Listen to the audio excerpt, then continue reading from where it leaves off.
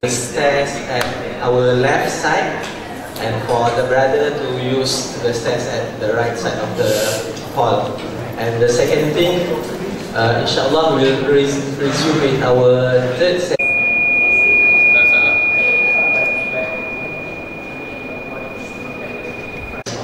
Okay. Lepas ni, okay.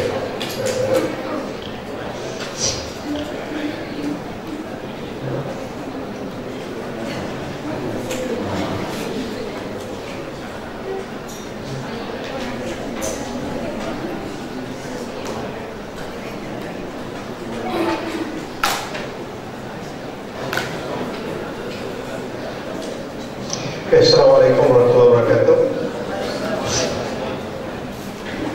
Okay. Kalau tak pakai ini tak dengar. Okay. Bismillahirrahmanirrahim. Alhamdulillah wa bihi nasta'in. Wassalatu wassalamu ala rasulillah wa ba'd. Ya. Hey, how come all these familiar faces? Usual suspects. There's no new faces. Okay, Bismillahirrahmanirrahim. Alhamdulillah wa bihi nasta'in. Wassalatu wassalamu ala rasulillah. So I suppose this whole course of maqasid and usul al-fiqh supposed to be conducted in English. Am I right? Yeah. So are you happy if I elaborate in Bahasa instead of English? He already know all this stuff I'm going to talk about. English? Ayo. Mandarin? Cannot. Mandarin saya bukan tadi. Okay, so when Lim asked me to be part of this, I don't know what we call it, a short course or dawrah. Sometimes people call it dawrah. Okay, short course on usul fiqh. You know,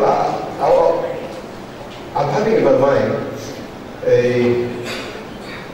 the usual suspect faces was one thing, but another thing I was thinking of a more casual one, you know, rather than the classroom atmosphere. So I told him, well, why don't we just turn it into discussion? Because sometimes, you know, when the word courses is very misleading. I'm not sure, but we have paid some amount of money, so you'll be expecting something worth of what you have paid. But again, for me it's not about the technical things or those stuff that normally the handouts and etc.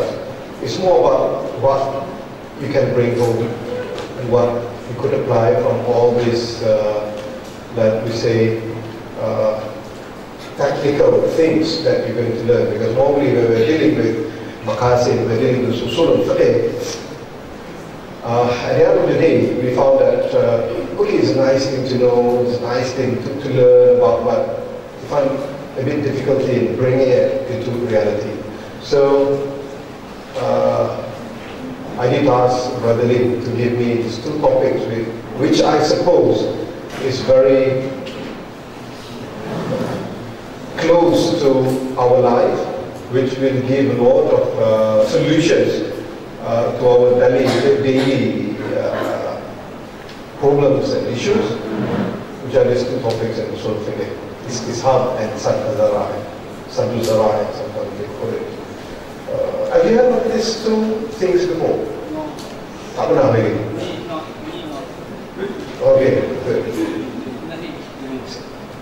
Tapi ramai dah tahu tak boleh kelentong kan? Okay, so istishab and saddu zarai. I suppose that some of you are familiar with these two terminologies and some might have heard of it but not in details, and I suppose that a lot of others have gone through this. But instead of going into technical things, and korang UID dah belajar, tapi ambil dengan saya boleh dapat A lagi kan? So what should here. Go somewhere else. Spend time doing da'wah. Recap.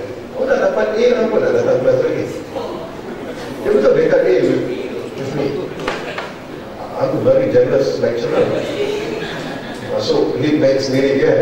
Okay, so istisab and Sadhu Zara. Istisab, sometimes we might not be, we're not familiar with that word, with that name.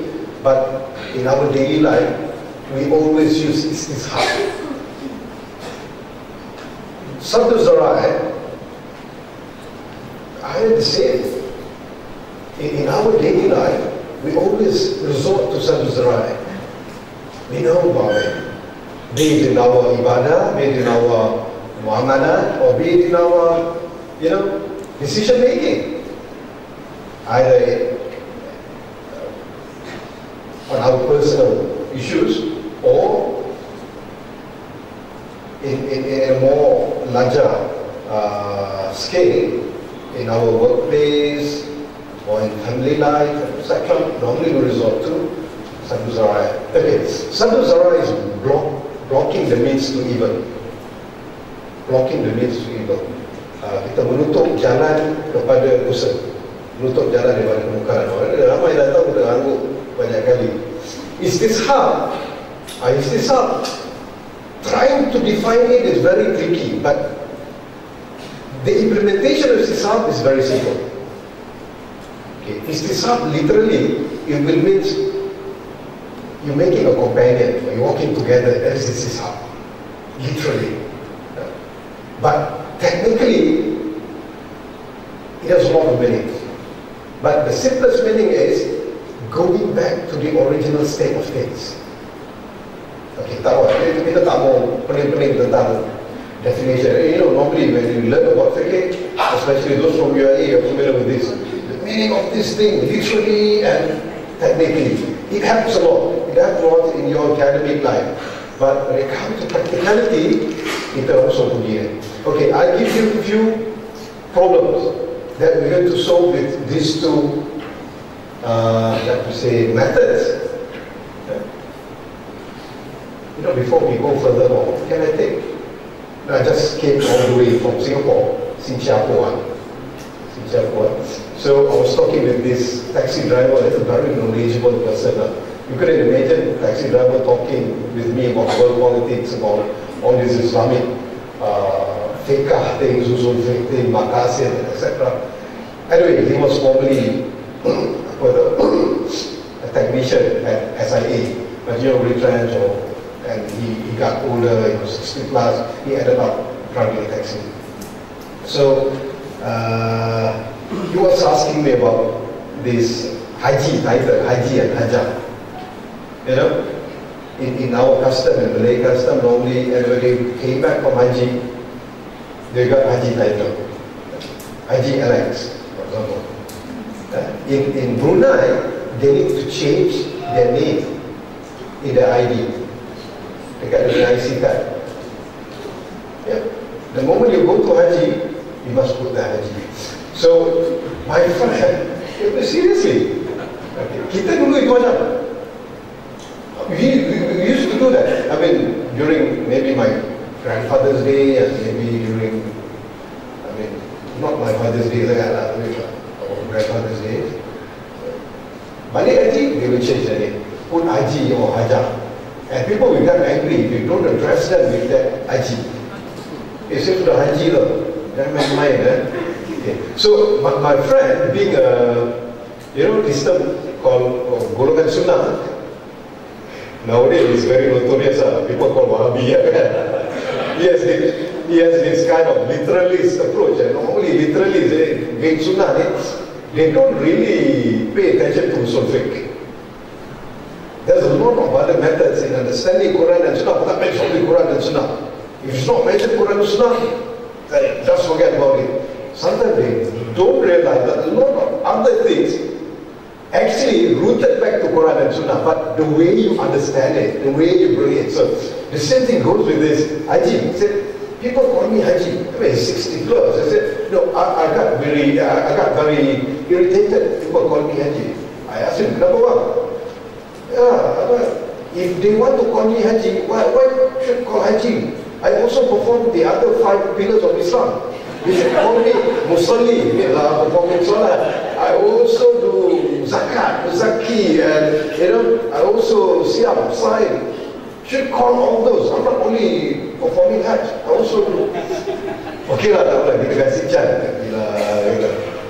Furthermore, he said, look, the companions, they never used the word Hajj in front of their name. They came back from Hajj. There's no such thing as Haji Abu Bakar or Haji Umar or Haja Aisyah, Haja Fatimah, no such thing. Tak apalah, kasih chance dia buat solo. And eventually, I told him, one thing, first and foremost, this has nothing to do with Akidah. Clear? Nothing to do with Akidah. So it's nothing to do with Akidah. It's open for innovation. Okay. And number 2 is nothing to do with ibadat. You're not going to use the title Haji to make yourself closer to God. It's not a kind of ritual. It's not a kind of ibadat something. And it is not something which is qat'i. It is not something which is dealing with the fundamental of religion. It's not bukan benda yang halal haram. So it goes back to what? To custom, to uruf. So I asked him, Bob, do you know where all this kind of title Haji or whatever come from? Do you know how it started? I said, I don't know lah, this Malay stuff lah. Sometimes we keep blaming Malays. All this Malay culture, we got confused. This Malay or Islam, sometimes we got confused whether this is cultural stuff or Islamic stuff. And we started saying that, Melayu banyak buat bid'ah lah. Malays like to make innovation or whatever. But wait, don't jump to conclusion. Why Malays ended up coming up with this kind of customs? There must be something behind it. There must be some historical root back to it. There must be some explanation behind it. It's not easy because it's been rooted in the community and nobody opposes it. The fact that, throughout the centuries, throughout the decades, not even a single ulama, not even a single alim went against it. Maksudnya that's something good. I don't want to use the word bid'ah hasanah or whatever because it has nothing to do with bid'ah hasanah. Itu benda ibadat. I'm talking about uruf, about custom. You're thinking something on custom, kan? Dah, belum. Tapi kita ambil contoh sikit lah, So, sorry, I have to mix. Sometimes I might use Urdu as well. Dah boleh? Okay, kau tak boleh cakap Urdu. Okay, so, so I asked him, do you know that in the past, it's not easy to go to Hajj.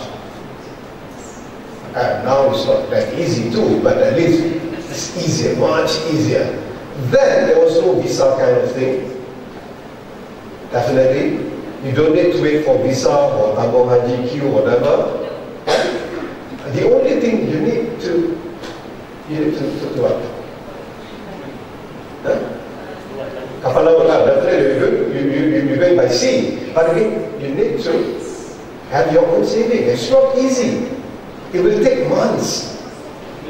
The journey will take months. And it's not, sometimes years. And it's not only about that sea journey, but within the journey. And in most cases, in some cases, not most cases, in some cases, you find that people went to Hajj, never come back. And they're happy not to come back. They're happy to die either in Mecca or Medina or in the journey. For them, it's a kind of honor. It's a kind of, you die on your way to Hajj. So, it's not a simple thing. It's a big thing. It's a big thing, number one. And number two, do you know that Malay community, we are very feudalistic community. Title means a lot. Dato' Seri, Tan Sri, Tun, and etc. And in the past, it's not easy to get Dato'. Nowadays, you have 200k, you can get Dato'. Maybe not from Malaysia, but you go to Cambodia or you go to, I don't know, somewhere else, Aceh or wherever you go, or Mindanao, because it's not easy. Nuruddin, somebody need to explain to Nuruddin about this Datuk Cik, Datuk Sri, Tan Sri. In the past, it's only those who work in palace or those who has connection to the palace, to the monarch. Orang yang baik kat istana, kerabat, whatever, Datuk Pemulu, orang kaya daerah, you know, those kind of things. And it means social strata, it means status.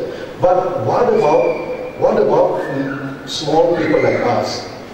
What about, in Indonesia they call it wong cilik, orang kecil. Wong tu orang, bahasa Jawa, cilik, kecil, orang kecil, marhain. What about normal people like us? We cannot be Dato', we cannot be Datuk Sri, we cannot be Tun, Tan Sri, whatever. So the only available title that we could get is Haji or Haja. No, I'm not joking. It has its historical things. Number two. And number three, you know, it's a kind of reminder.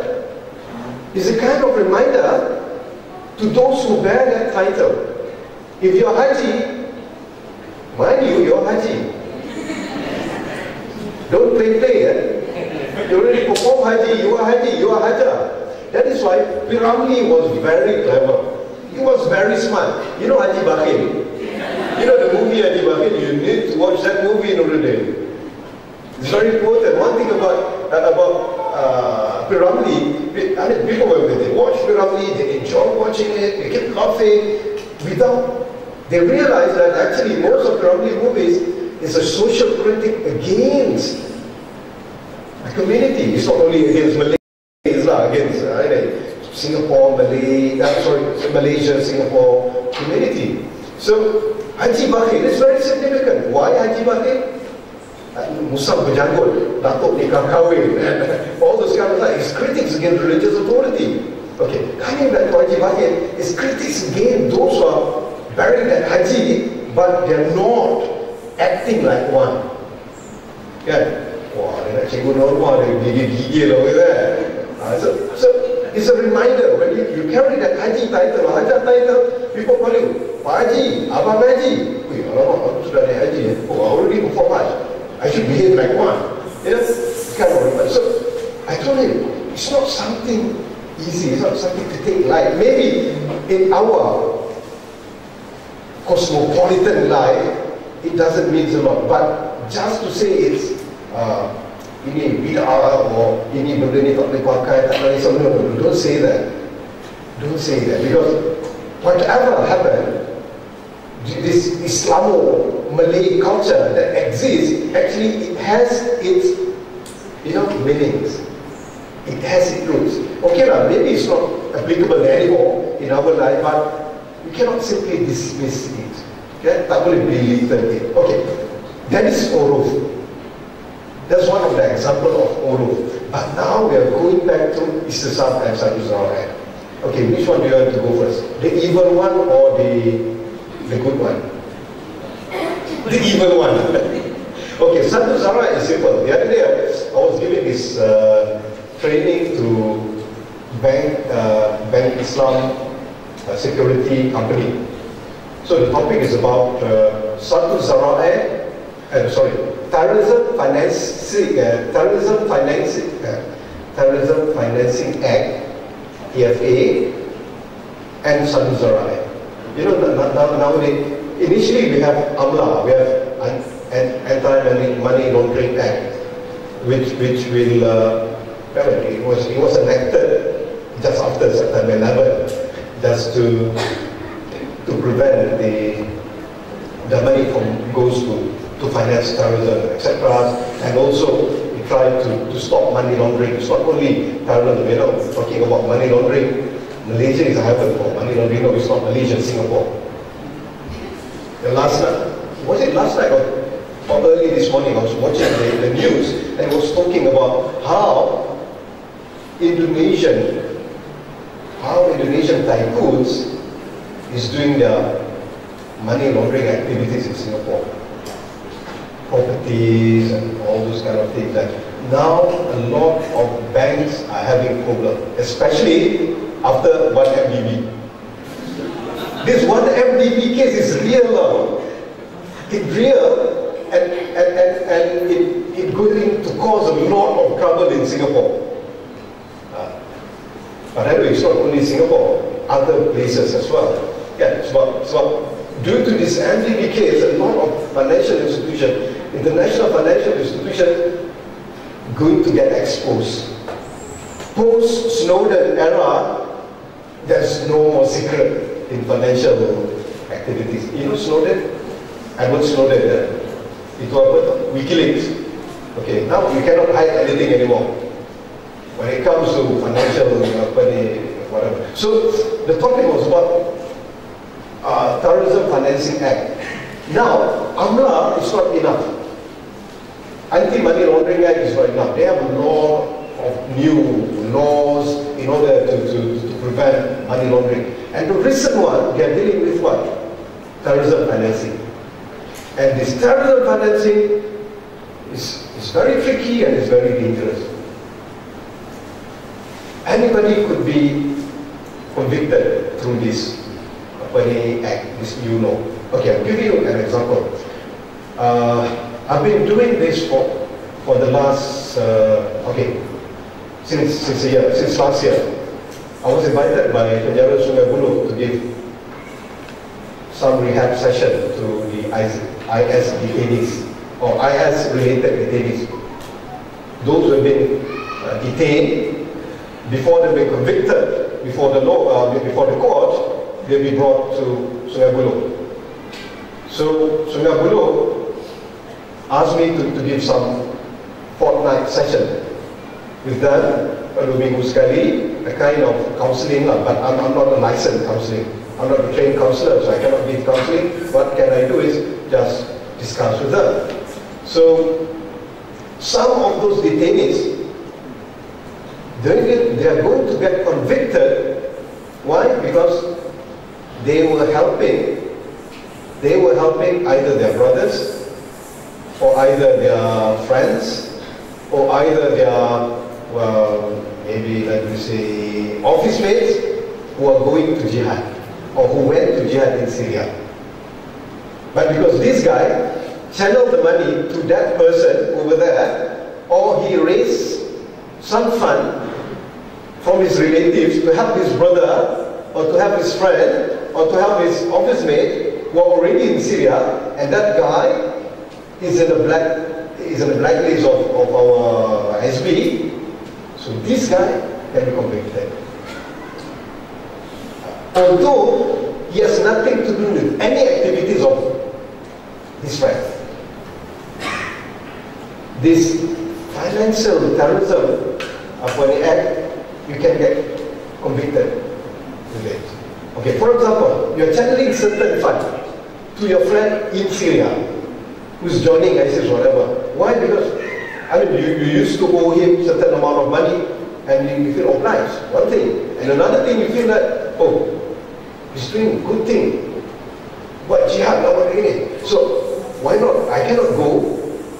Why don't I berjihad dengan duit? Why don't I contribute some amount of money for him? With your transaction, they manage to trace, you can get convicted. So we were discussing about this. The topic was about blocking the means. So I said, giving money, giving donation is okay. It's okay, nothing wrong giving donation. But you're giving donation to a person there who went to so-called jihad by participating with IS, that jihad itself is considered illegal. And when you're doing that, although giving donation and doing charity is good, but in that case, you're doing charity, you're giving donation is considered haram. Because you're going to put yourself into destruction, you're going to put yourself into problem, and you're going to support that guy to get involved in that kind of activities. So that is Sadu Zaraat. Khalas, subhanakallah wa bihamdika. You know what I mean? Okay. But I gave them another example. in the 80s, I really miss those 80s, 70s period. I'm not that old. You are, I see. Yeah, the 70s, 80s, people are more honest. People live with, I think, we don't lie that much compared to these days. Yeah? Kau boleh tahu budak-budak lagi. No, really. You know, then there was no smartphone. There was always, you know, public phone.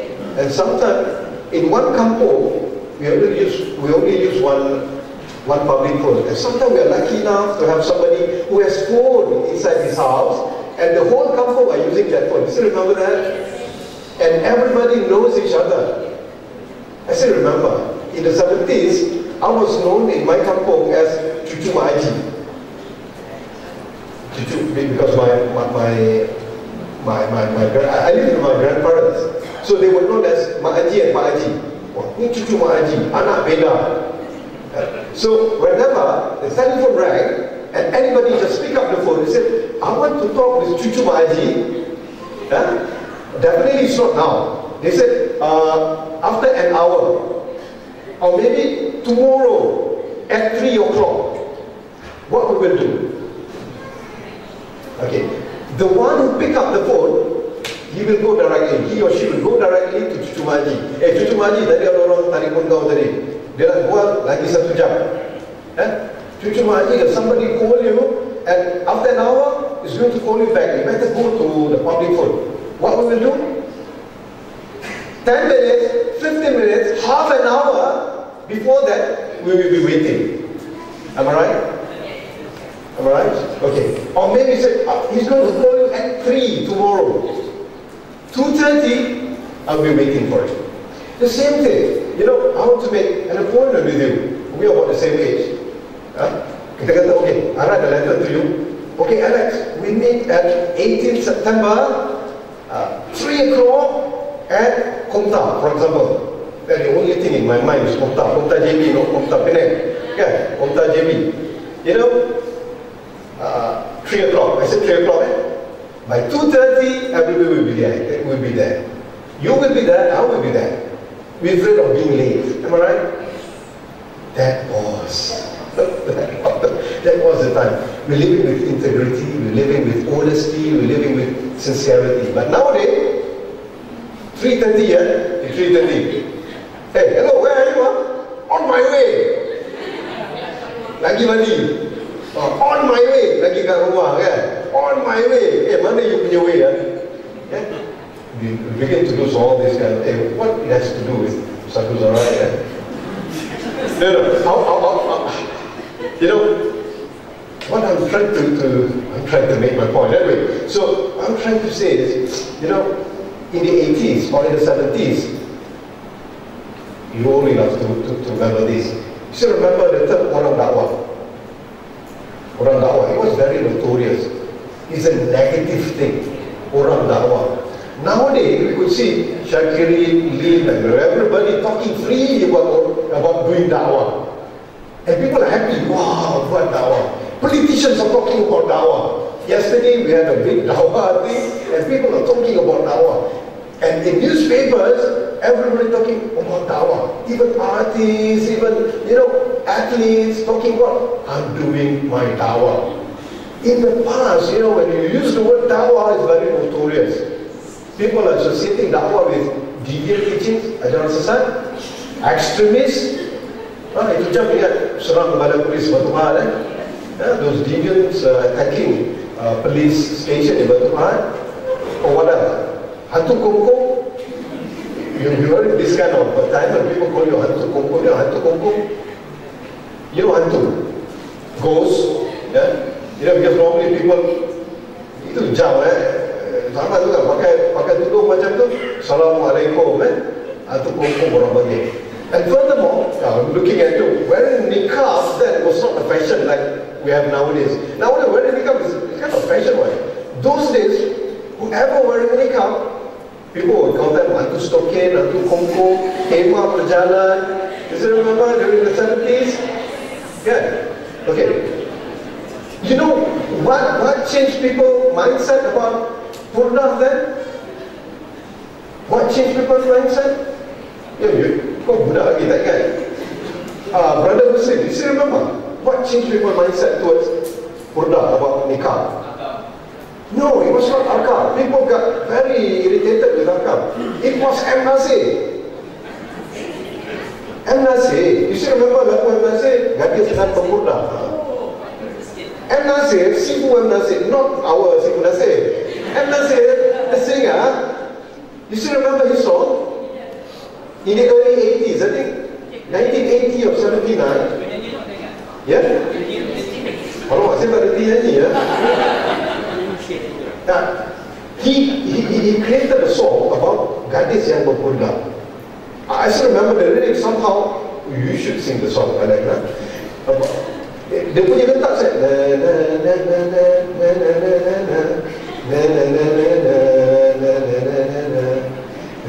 Ya, dia punya letak macam tu.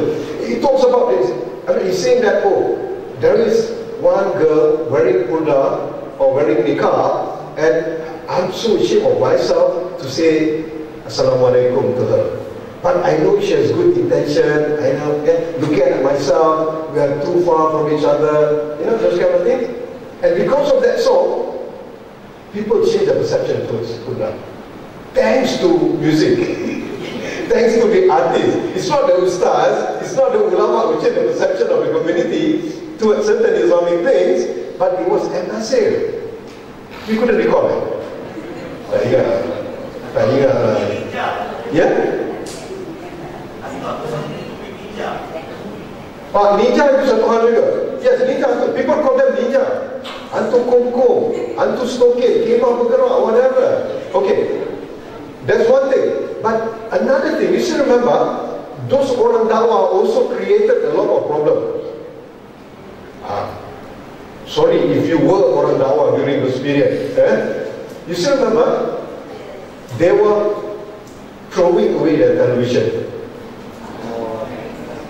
Ingat-ingat? Throwing inside the river.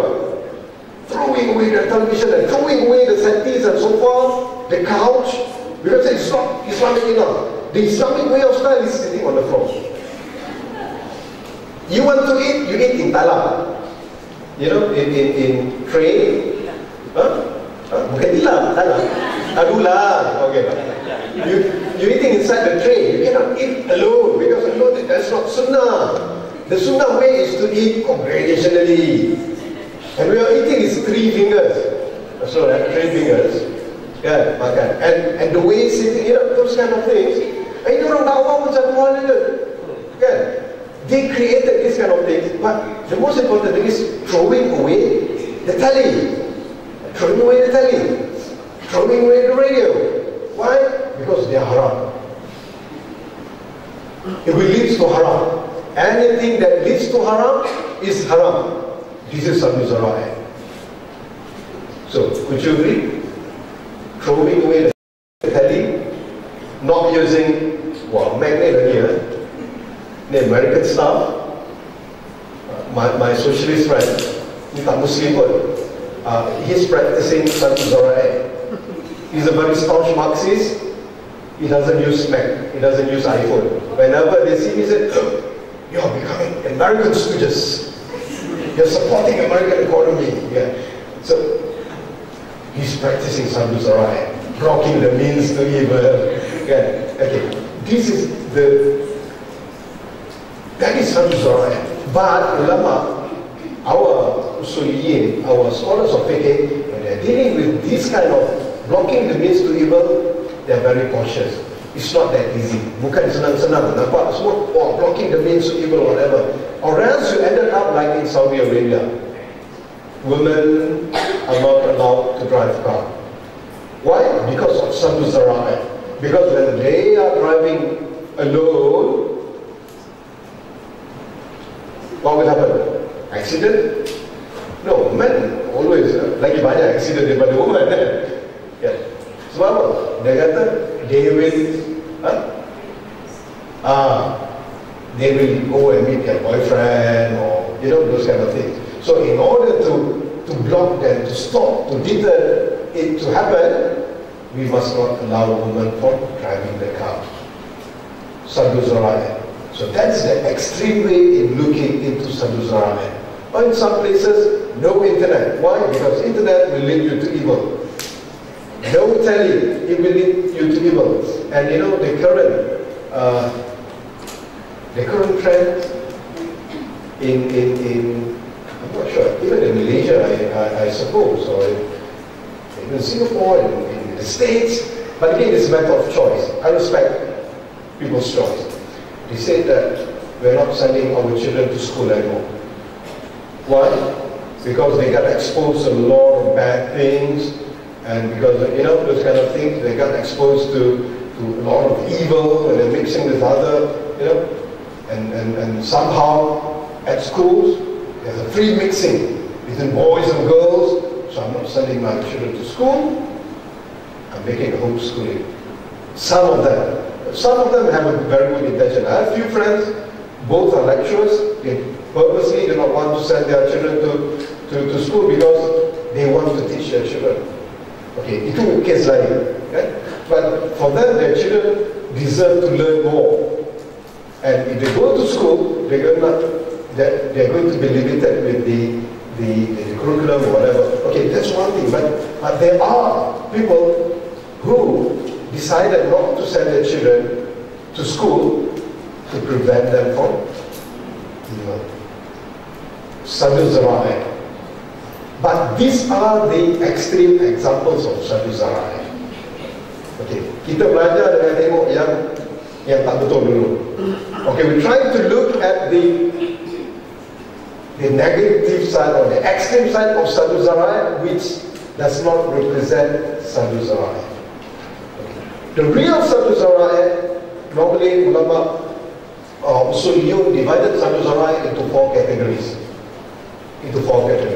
The first category is things that definitely will lead to evil, or definitely will lead to destruction. For example, you know, I'm bringing a very classical example. In many fiqh encyclopedia or fiqh books, when they're talking about Sadhu Zara'i, when they're giving an example of this first category of Sadhu Zara'i, they will say, like a person who dig a hole in front of his house with the intention for what? People will fall down. Itu orang jahat itu. Hati Fir'aun dulu. Kan? And nowadays, maybe people are not digging hole anymore. What they will do? They will put nails on the highway, on the street, so when people hit that, the tire will puncture, and they will go to their garage, to your workshop. Okay. I mean, definitely, the act itself is haram. Okay. Or I'm giving you a very practical example. Going to masjid. Not masjid. Masjid. Biasa sama orang Indonesia kan? I'm familiar with Indonesian. Indonesians, they love acronyms. GORPIS, goreng pisang. You know, Menlu, Menteri Luar. Dubes, Duta Besar. You know, Indonesians that like acronyms. But then, you know, cut from this, cut from that. Okay? So, masjid is not masjid. If people going to masjid, alhamdulillah, there is no Sadhu Zara'i issue. But going to masjid, oh no, it's not jid, masjid, J juga, masjid. This is haram. Based on Sadhu Zara'i. Ini semua orang baik-baik, alhamdulillah. I learned this from one army general. Masjid is massage dan pijit.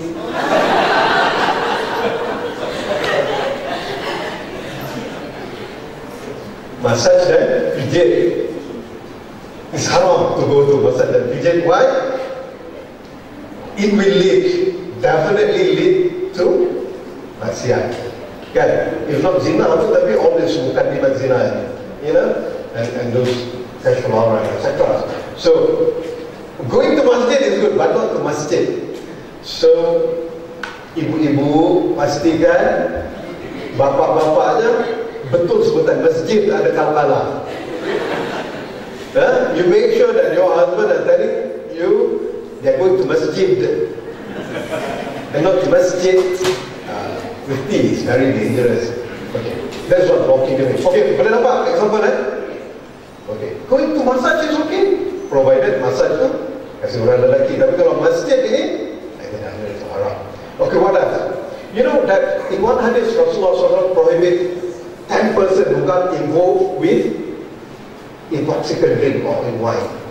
It's not only drinking wine, it's not only drinking intoxicant drink, drinking alcohol, but also those who serve it, those who produce it, those who got involved with it, got involved with the transactions,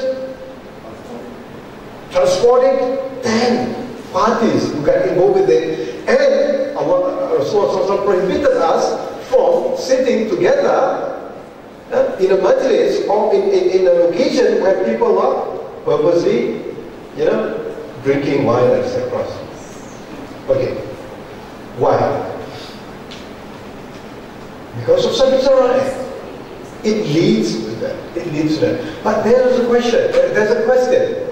Not from Malaysians, but from those who live abroad in Western countries, or not just in Western countries, in Japan, for example. Those who study in Japan, normally during their orientation period, they need to attend a dinner with their sensei. What do they call it? Nomikai. Yeah, they call it nomikai. It's a kind of ta'aruf session.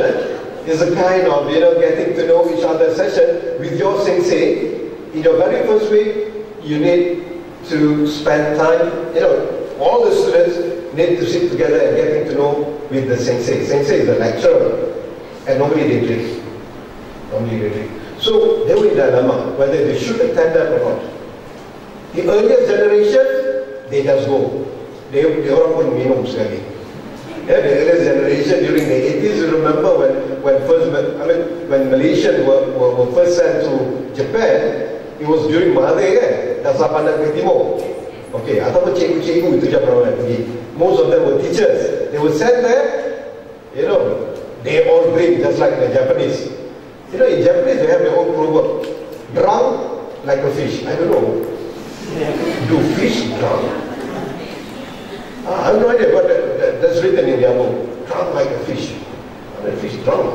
Okay. But anyway, the first generation. But the later generation, those orang-orang dakwah, budak sekolah agama, those who come from religious school, they were sent to Japan. They have this dilemma. Whether they should attend that, I don't know what they call it, nomikai. Nobody graduated from Japan. No Japanese here. Tak ada. Nihonjin. Tak ada. Okay. Tak apalah. Tengok saja. That's a must. If you don't attend, then your sensei will never recognize you, and sometimes they got very offended with that.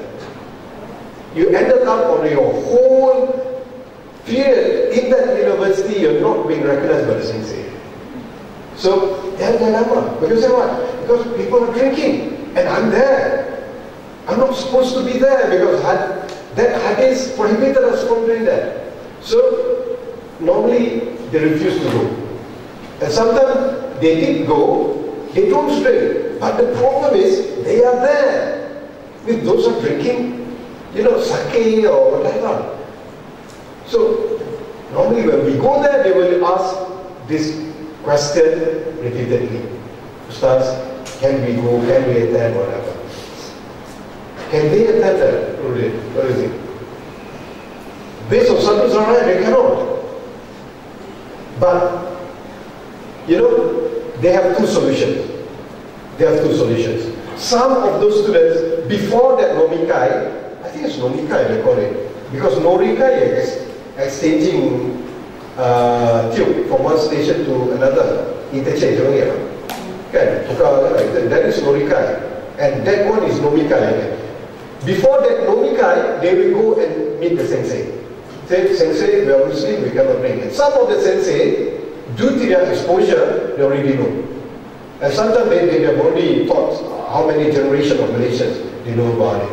Number one. And number two, some of them, they make their own with the sensei. They make their own Nomikai. Say, we cannot mix with you guys drinking. Okay.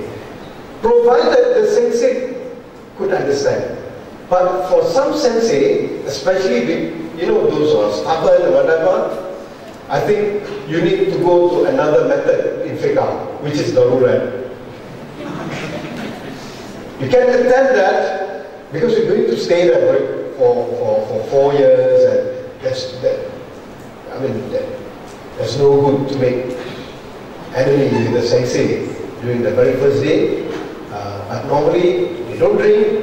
They try to limit their presence there, and they try to grab that opportunity to make dawah. Because normally people will ask, why don't you drink? I'm Muslim. Muslim cannot drink. We can drink, but water or non-alcoholic drink. So you can make dawah. Some of them, they took that opportunity to make dawah. So people are saying, so what about the hadith? Yes, the hadith is there, but again, there are things that will fall into the category of darurat. But, less harmful. Okay. But darurat tuqaddar bi qadariha. And darurat must be based on its limitation. Boleh kita lebih lah. Okay, that is about Satu Zara'a. Number one, things that definitely lead to evil. Number two, Number two is things that, it's not definitely, but most of the time it leads to evil or leads to destruction. The very classical example is what? Selling grape to winemaker. Ini contoh paling klasik.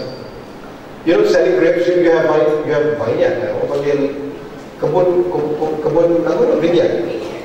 You have vineyard and you're selling your grapes to a wine factory. Definitely, selling grapes is okay. If you're selling it at Pasar Malam, you're selling it to groceries, you're selling it to fruit sellers, it's okay. It's halal and thayyiban. But the moment you sell it to the wine factory, and you know it's a wine factory, okay? And they're going to produce wine from your grapes, that's it. It's haram. It's haram. Okay. Though people might say, maybe not all the grapes should be used to make wine. Maybe some of them they used to make sparkling water, sparkling juice. Maybe some of them make grape juice, whatever. But again, it's a wine factory. Kamu tu tipu lah. Bajet lah, kan? Or selling weapons to the enemies during the time of war. But talking about selling weapons to the enemy, this is what really happening all around the world. War means profit to some people. War means profit. Kadang-kadang, as a number of people were asking, they said, hey, look at those, for example, susah nak kasi ni agak sensitif sikit tapi lah, some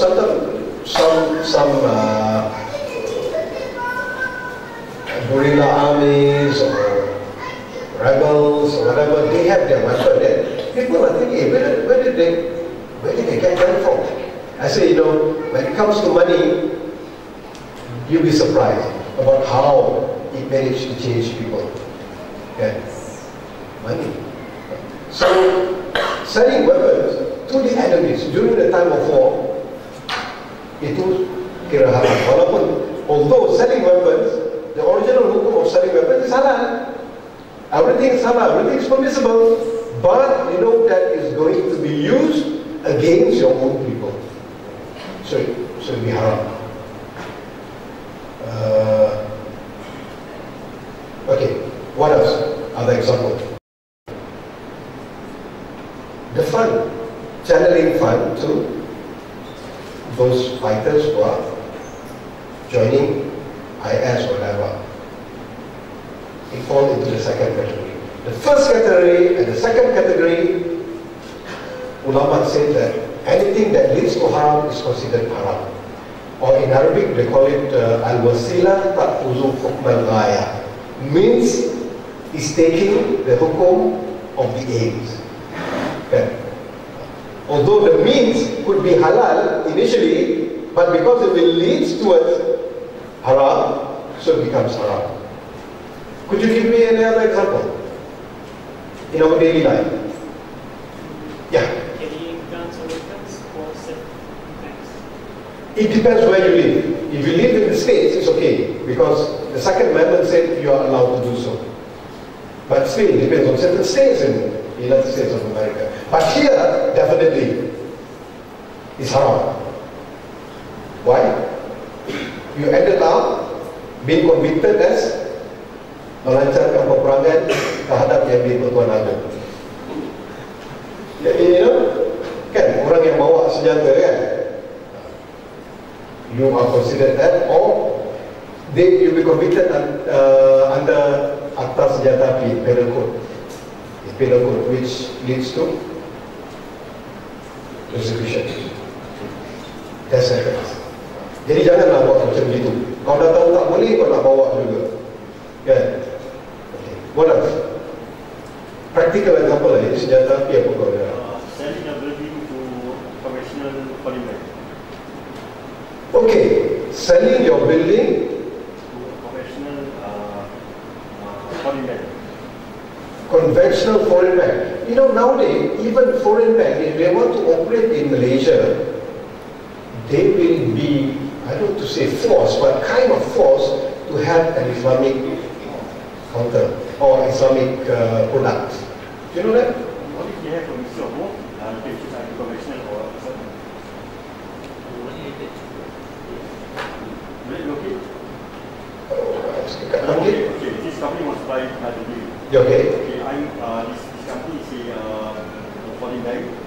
Okay, they said, okay, we will, okay, since it's being building by the local negara, then we have to have Islamic banking. Yeah. But because they have both, Islamic banking is conventional. Yeah. Can I say? It will fall under the third category. Kita belum masuk lagi.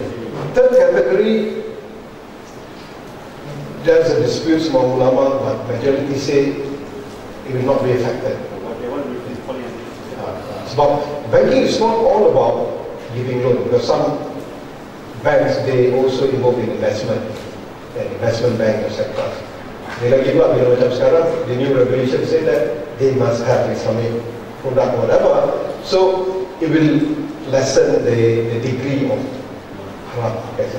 But I think that change from conventional banking to your leasing, you are selling your building to pusat perjudian, paling clear, to Magnum gambling company. Okay, you know that they are going to use for that. When they are dealing with you, not as an individual, but as a company. Okay, actually there's a dispute among ulama here. Sebab dia kata, you're not responsible for what they're doing. Kan? At the individual level. Because whatever they want to do business is their sin. But again, most of the ulama saying, no, you are. You know that, you know it's a company because they're dealing with you as a company, and you know their businesses, yeah. And you are helping them actually to ease them. Yeah. Unless if you're dealing with individuals. Contohnya macam individual token judi. Yeah? Token judi wanted to buy your building. He is an individual. You don't have anything to do with his business or with whatever. And when he's dealing with you, not as token judi, not as a company, but as an individual. And you just don't know whether his income is solely coming from gambling or from other sources. But if the one that dealing with you is that gambling company, memang Magnum Toto kan, Magnum Toto ke ataupun apa-apa genting ke begitu kan, memang purposely they want to use your building untuk just for the gambling operation. Okay, that fall into number 2. Renting. Ya, lebih kurang sama. Sebab tu not only renting, leasing. That is why in Islamic banking they have the Sharia compliance issue. And they have the Sharia department that will look into details. There are few investment, not only investment, there are few dealings, although they will get a lot of profit from it, but due to this kind of activities, we call it vice activities, they will consider it as non-Sharia compliant and they will not get into that. Bagusnya pula, one good thing about this kind of Sharia compliance, even now they are trying to include, they have already included tobacco. Tapi kadang-kadang sekarang tu taking very extreme. I still remember in one of the banks who give loans to SME, even those are doing bridal, they're not giving them financial assistance. Bridal, yang buat sebab dia kata apa? This will lead to tabarruj, this will lead to ikhtilaf or whatever. They are doing haram things. Ni wedding. Right. Ni apa ni syarikat pengantin.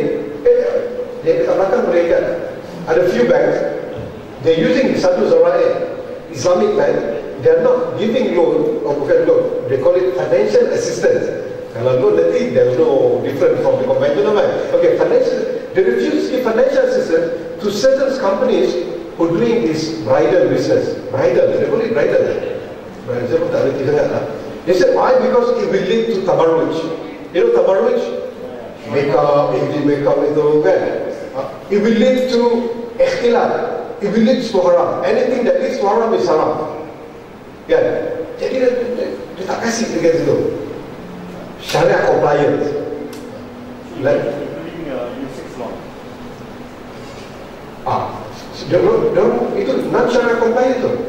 Because for them, if they help them, they are helping sinful activities.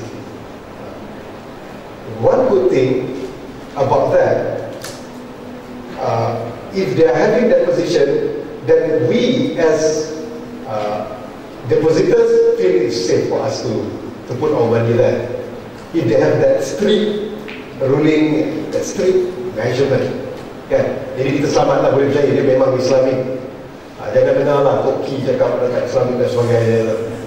You know those, those apa issue. Okay, number 3 fall into that category. That things which is sometimes or rarely leads towards evil. Macam case kita jual, just like the case of, you're selling your land or property to an individual that is known of his sinful activities, but you are not helping him, and you have nothing to do with whatever he's doing. It's between you and him as an individual. Okay. Or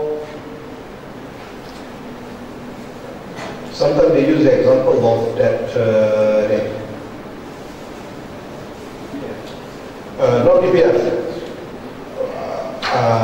avoiding talking about financial institution, they avoid to give credit cards to those with poor financial what they call it? Credit scoring. That fall under the third category, because although it's not normally leading towards bankruptcy or whatever, but as a matter of precautions. The same thing goes with this Anti-Money Laundering Act. you need to go in details to the credit scoring, to the history, those kind of things, in order to avoid any activities that may lead towards money laundering or financial financing, terrorism financing, and etc. And number 4, things that rarely lead towards evil, but there is opportunity to lead to evils. Just like the example of television, internet, knife, pisau kan, knife kan, etc. Ataupun going to school. I still remember a friend of mine refused to send his daughter to school because he said that dia agak kelakar. This is back to the 80s lah, ini zaman 80-an. He said that it will lead to ikhtilaf, to the free mixing. Okay, it does make sense. No, it doesn't make sense, but somehow, okay, we could understand it. And number 2, he said, the worst part, she's going to learn things that she's not supposed to learn. So, what? What? No. So I asked him, so what women supposed to learn? She said, they only need to learn about fardu ain and tahara. That's all. In the 80s.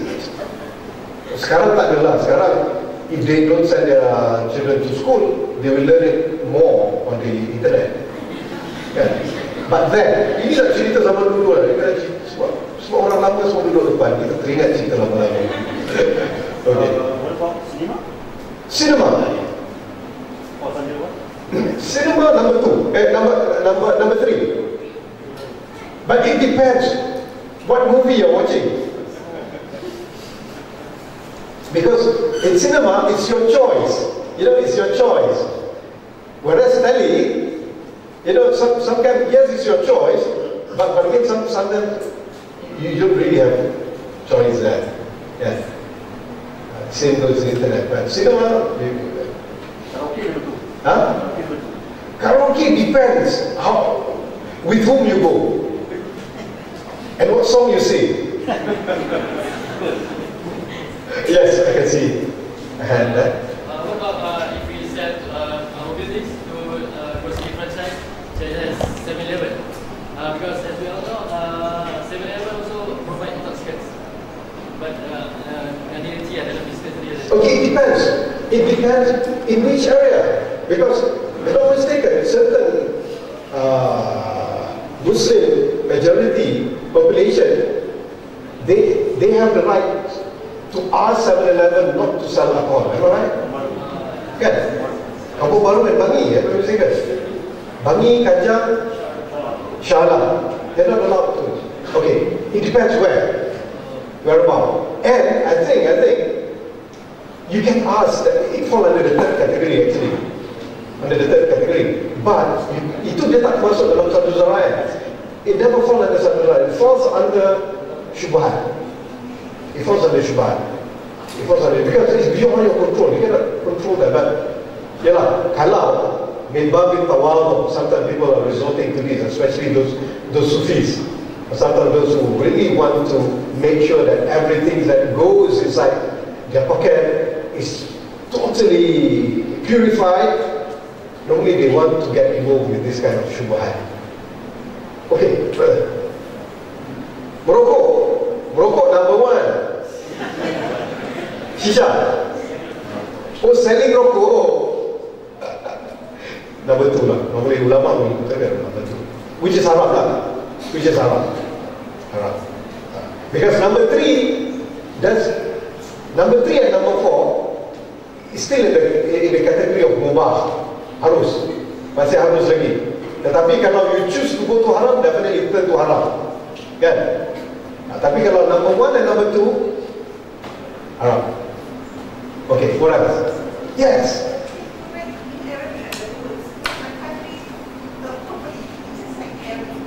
Oh, satu zarai. Okay, boleh. Wah, ini tulis Arab lah.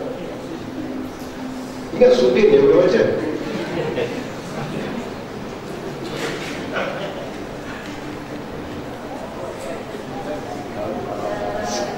Zarai is from the word dari'ah. Dharia means or way leading to something. Okay. Satu solat, rocking the way, rocking the knees. Oh itu istisab. Kita kasi tahu berapa Arabic sikit kan. Istisab. Dia daripada perkataan ni sahabat kan? Company. Okay, satu solat. Any question about satu solat before we go to istisab? Yes. Madam? Pokemon Go. I think when I was on my way, no, I don't play. Not even my children. I don't know for whatever reason they just don't like these kind of mainstream things. You know, my son, I asked him, who is your most favorite superhero? I was expecting Batman, Superman, you know, those Avengers or those Marvel. He told me, Uncle Grandpa.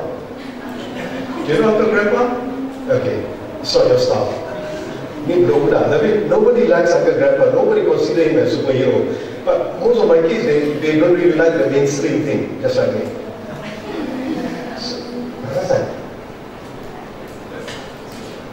Can we stop? I think that.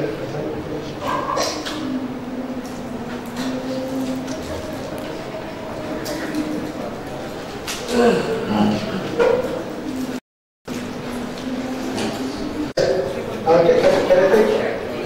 Okay, before you go, Pokemon Go. There's a dispute, a khilaf between Mufti. No, actually, it depends how you play, what should you play. I don't think what should you waste your time playing it, but if you want to play it, I cannot see why you cannot.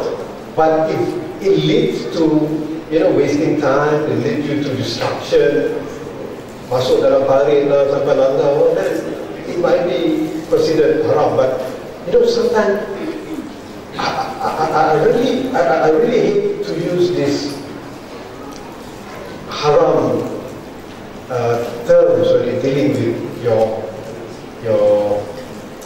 this kind of thing, because you scare people away. Yeah, you said it's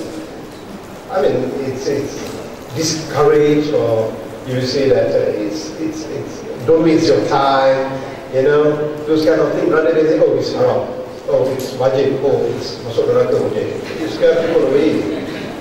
Yes.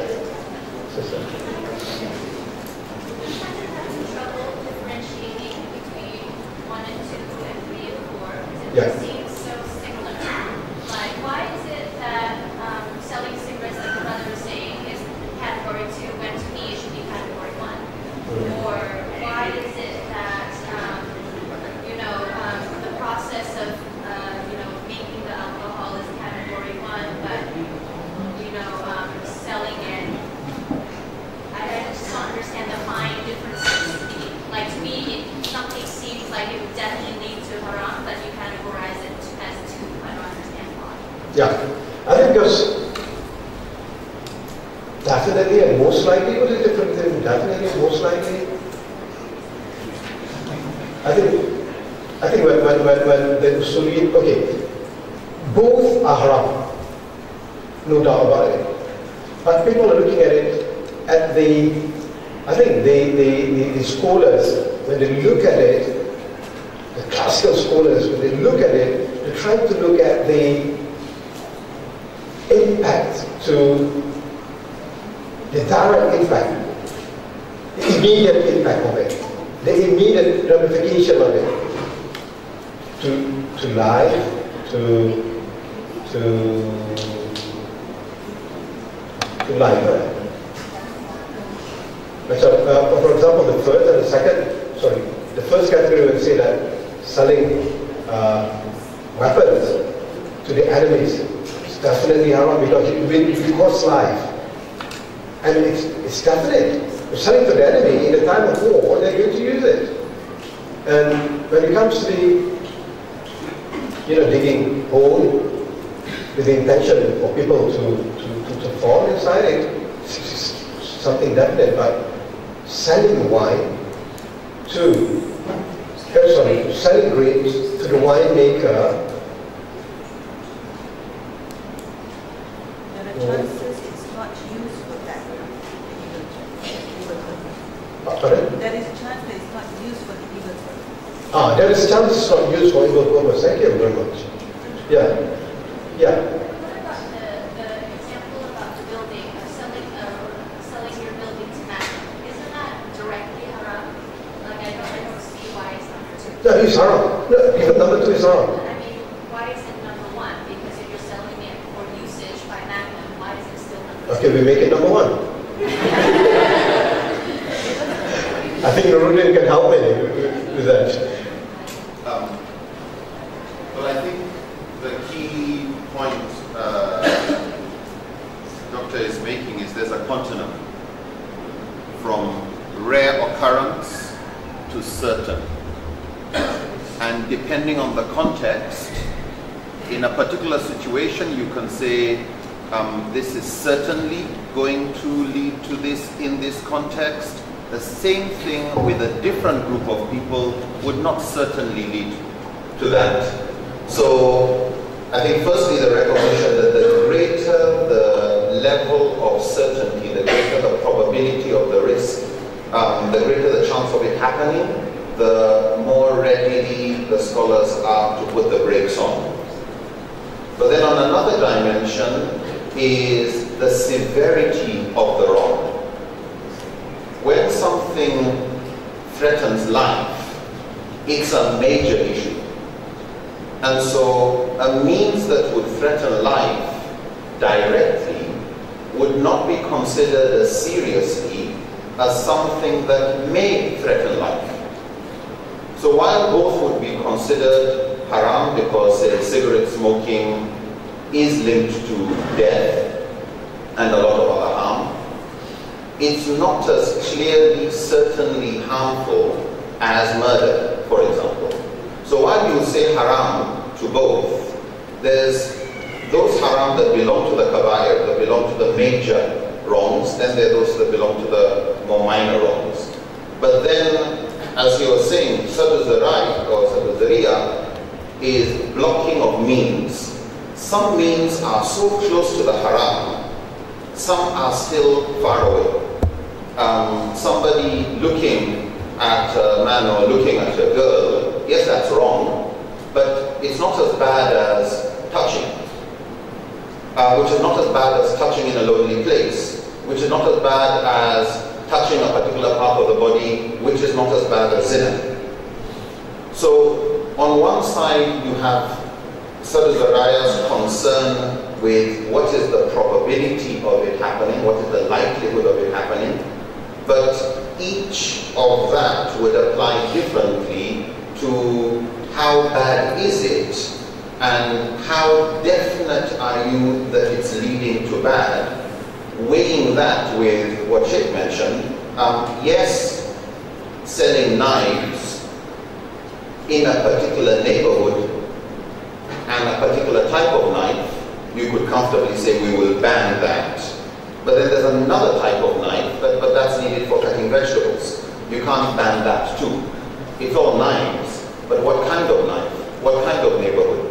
So it's difficult to, I think, that's why I was saying before, to get somebody giving you fatwas who comes from a place away from the actual context where it's going to be applied. But I think the key thing, because this is just an introductory course to this, is the recognition that it's not as simple as it could lead to, therefore it's haram. No, it's how likely is it to lead to? From haram to makruh to mubah to just leave it as mubah, and then the level of the haram, and is it a major haram, is it a minor haram, is it haram of the ends or is it haram of the means? So it's more complicated than that, but I think the key thing is just to understand it is legitimate, and as he said, it's a very common sense way. But just because they give them some of these heavy vocabulary and conditions, we sometimes look at it as just a very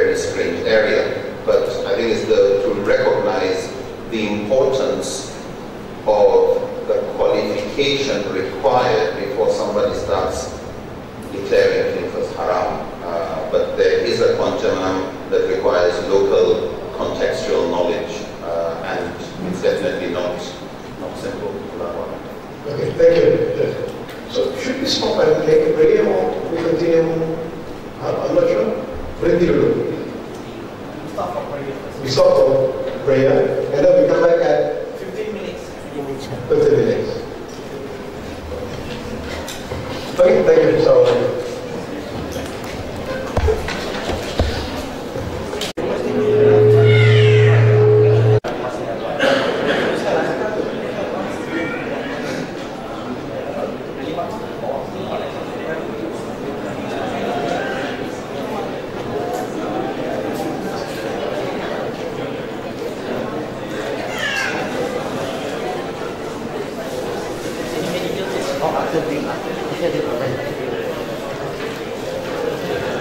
Assalamualaikum. Inshallah, we're gonna resume our third session in a while. And before that, we have two important announcements. The first one, inshallah, tonight, 8:30 p.m. to 10:30 p.m. in IDT Center. In IDT Center, we can just Google or Waze. We have a session by Sister Salatu on role of women in Dawah. So all are welcome to join.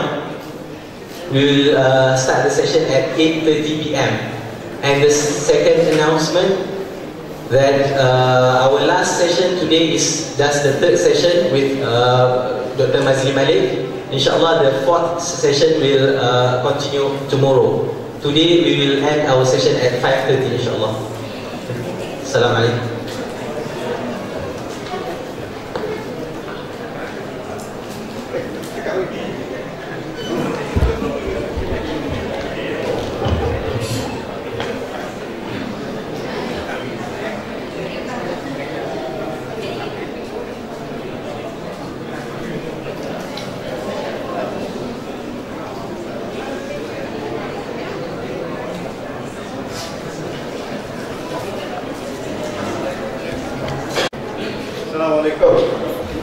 Okay, so I just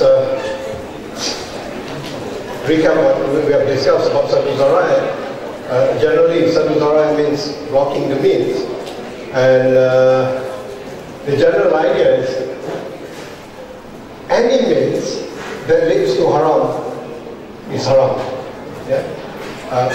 Provided the means, the initial hukum of the means itself is mubah or harus. But if the meat itself is haram, there's no question about it. It's already haram by itself. Or maybe the end is not haram. Okay, that's the question. If the end is not haram, or maybe it's wajib, but the means towards the end is haram, will that ends justify the means? No. Ini ramai bukti, laju cakap no. Example, preserving life. Is it wajib? If you need to consume something haram in order to preserve your life, will that haram means turn to halal? Darurat, kan? Maksudnya boleh lah. There's a provision, darurat. Or sometimes it's not only about darurat, it's about maslahah. Maslahah, benefit of the community. Okay. Robin Hood. Yeah? No, Robin Hood is different. Robin Hood is different. I think Syekh Nuruddin will talk more about it when he discusses about Maqasid Sharia. How to look at that complicated, because it's not only Sadhu Zarai, there is also what is called as Fathu Zarai, opening the means. Sadhu Zarai, blocking the means, yeah? Fathu Zarai is opening the means. So I still remember, among the example of blocking the means, in the 80s, when the idea of having Islamic banks was still in its infancy, we need a lot of bankers and trained people in finance. You never get the experience in dealing with all those complicated things unless you are in that industry. So a lot of people have been writing to Sheikh Yusuf Al-Qaradawi asking him, should I resign? Because a lot of my friends, when they've got hidayah, when they receive hidayah, they started to practice Islam, they resign totally from the industry. Then, if it's nowadays easier for them, they can just go to Islamic banking or whatever, but then there was no option. So a lot of them, they were told by Sheikh Yusuf Al-Qaradawi, no, you should stay there. But you must plan for an alternative for it. Yeah. And you stay there not to enjoy it, but for a greater plan, for a greater purpose. So that's how to survive. Okay, the same thing when people discuss about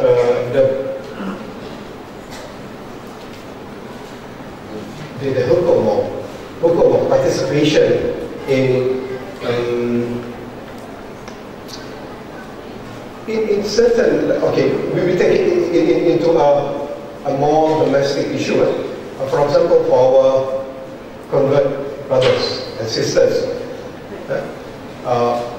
you participating in some of the, for example, family events, your non-Muslim family events or occasions, where you might find them drinking, whatever. They don't drink Pepsi or they drink, especially China, minum. It happened to us too. I mean, a lot, especially when we makan besar. Because we were invited as part of the family member, and they drink. I cannot stop them from drinking. Because I'm there, you cannot drink. Or I can choose not to go. But there is a big maslahah for me to do dawah, which if I try to distance myself from them, it ended up they don't trust me. And they will never value the meaning of, filial relationship with me. Yeah. For them, okay, I will only speak to them when I want to convert them to Islam.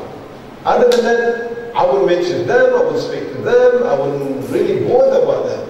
So, but in this kind of occasion, sometimes you need Fatu Zaraya as well.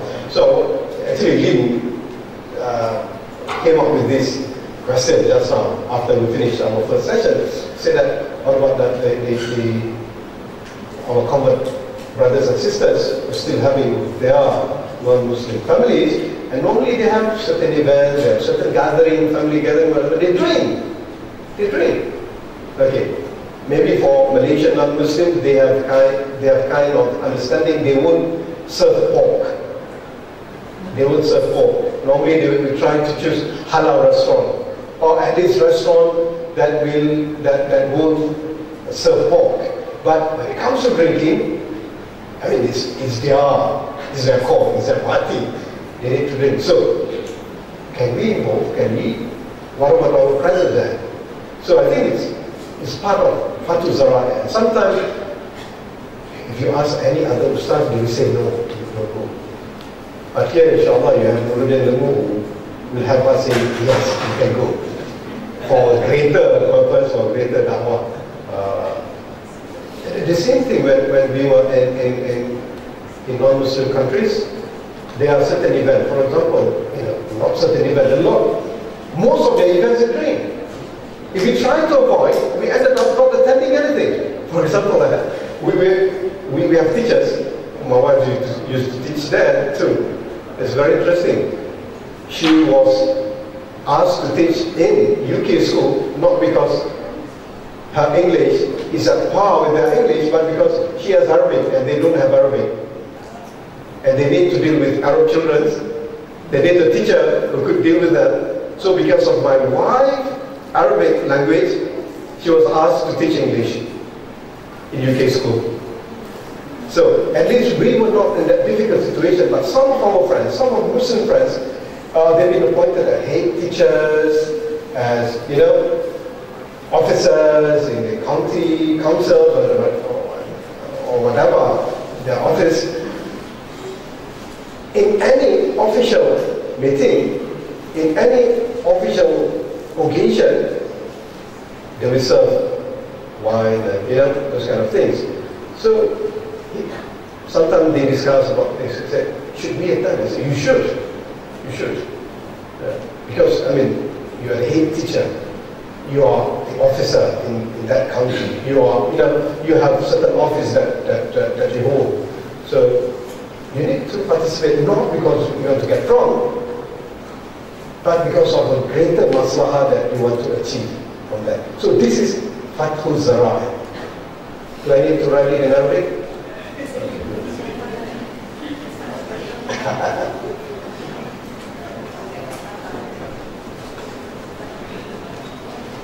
Fathul Zara'i. Fathul Zara'i. Kalau tadi satu Zara'i, we block the means.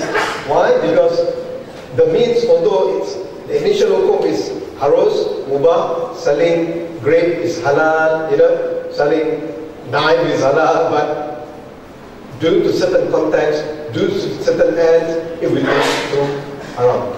Okay. Are we clear? Okay. So now we go to istishab. Okay, istishab, sometimes those categories are very misleading. I give you a very simple example. I forgot your name. My student from UID, what's your name? Warda. Okay, Warda. Okay, Warda has made her wudu at the mahalla. You know, mahalla is the name of hostel. In UAE, we call it mahalla. You know, Islamic University, we use Arabic terms for it. Okay. She has made her wudu in mahalla with the intention to go to the mosque to pray jama'ah, to get 27 rewards instead of 1 reward. So on her way to the mosque, he bumped into, what's her name? Yeah? Okay, Amnani. She bumped into Amnani. And Amnani, you know, girls when they meet each other, they have a lot of things to share.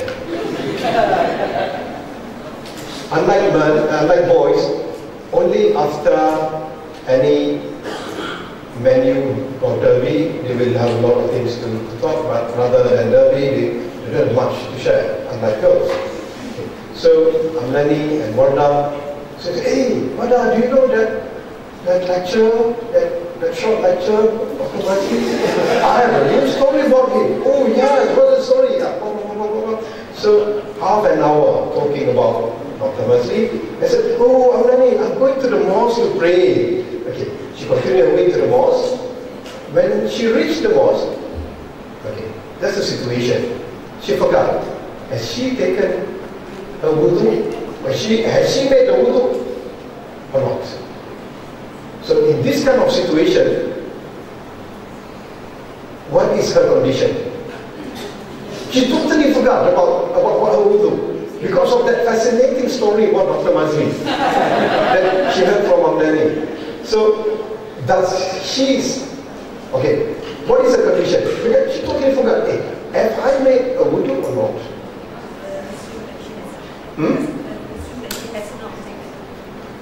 Presumption, okay, presume that she has not taken wudu. Why? Why? It depends on the habit.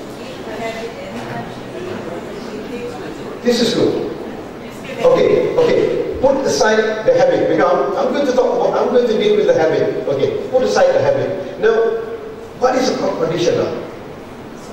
What should we do? Our sister said that she should take a wudu. We presume that she has no wudu. Why? No need to take a wudu. The original condition. Okay, going back to the original condition that she yakin. that she has yakin. What is yakin? That she certain about. Okay. Her yakin is she has no wudu. Yeah. And the khilaf or the dispute or the problem only comes whether she has made wudu or not. Okay. When you have two things between yakin, between things that you certain of and you uncertain of, you must go back to the certain. This is what we call istishab. Okay. The issue is simple. Yeah? I mean, it's very simple. You have certain and you have uncertain, go back to things that you certain of. She has no wudu. Though she already made wudu, but she's not certain with it. Go back to what you certain of. Okay. But there are certain occasions that you can get your certainty through your habit. This is what we normally call in fiqh as ghalabat al-zon. Ghalabat al-zon is not you certain of, no, but you have that degree of certainty. Dia tak adalah 100%. It's zon. It's 75%. You have a big assumption that you already made wudu. Why? Because normally before you leave your house, normally before you leave your hostel, you will make wudu. Okay. This is what we call as ghalabat al-zon.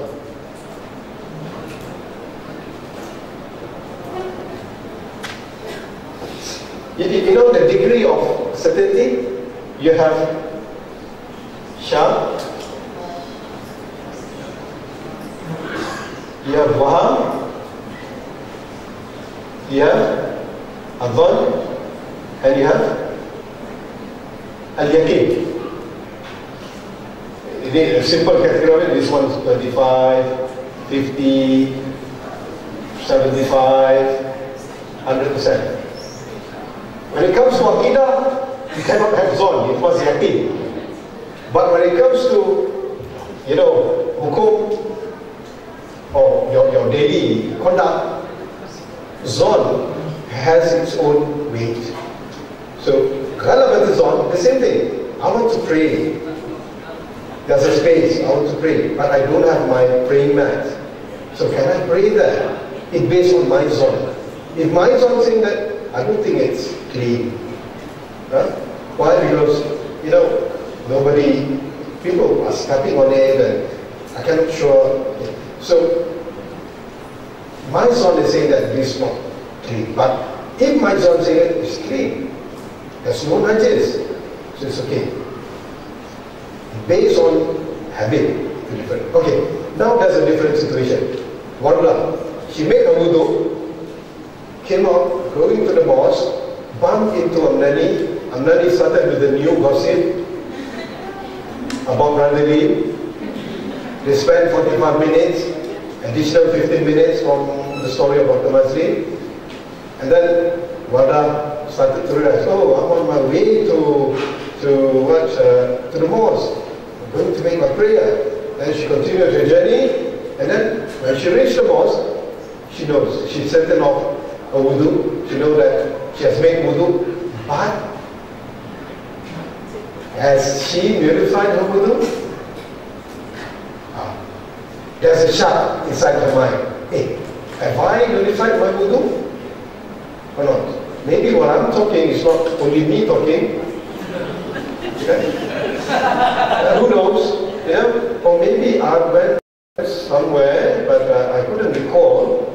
So what is the situation? What is the condition? Should she make wudu? Yeah? The original is she has to.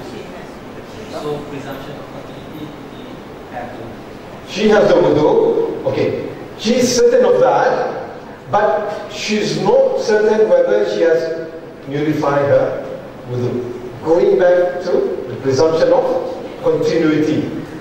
This is what we call istishab. Another example of istishab.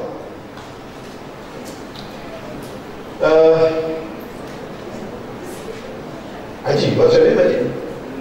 Haji Abdullah. Haji Abdullah, I think you owe me Not billion, billion is too much. Somebody else is doing that, not you. Not you. I think you owe me 5K, 5,000 ringgit. You must pay me. You must pay me. So Haji will ask me, hey, how come I owe you? I said, you owe me. Haji will demand an evidence for that. Why should he demand evidence for that?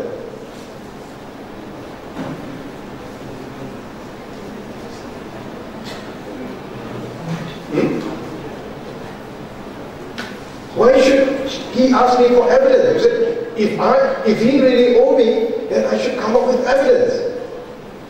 Because in Quran, it says that if you are taking loan from somebody, faktubu, you must write. You must bring 2 witnesses. Why?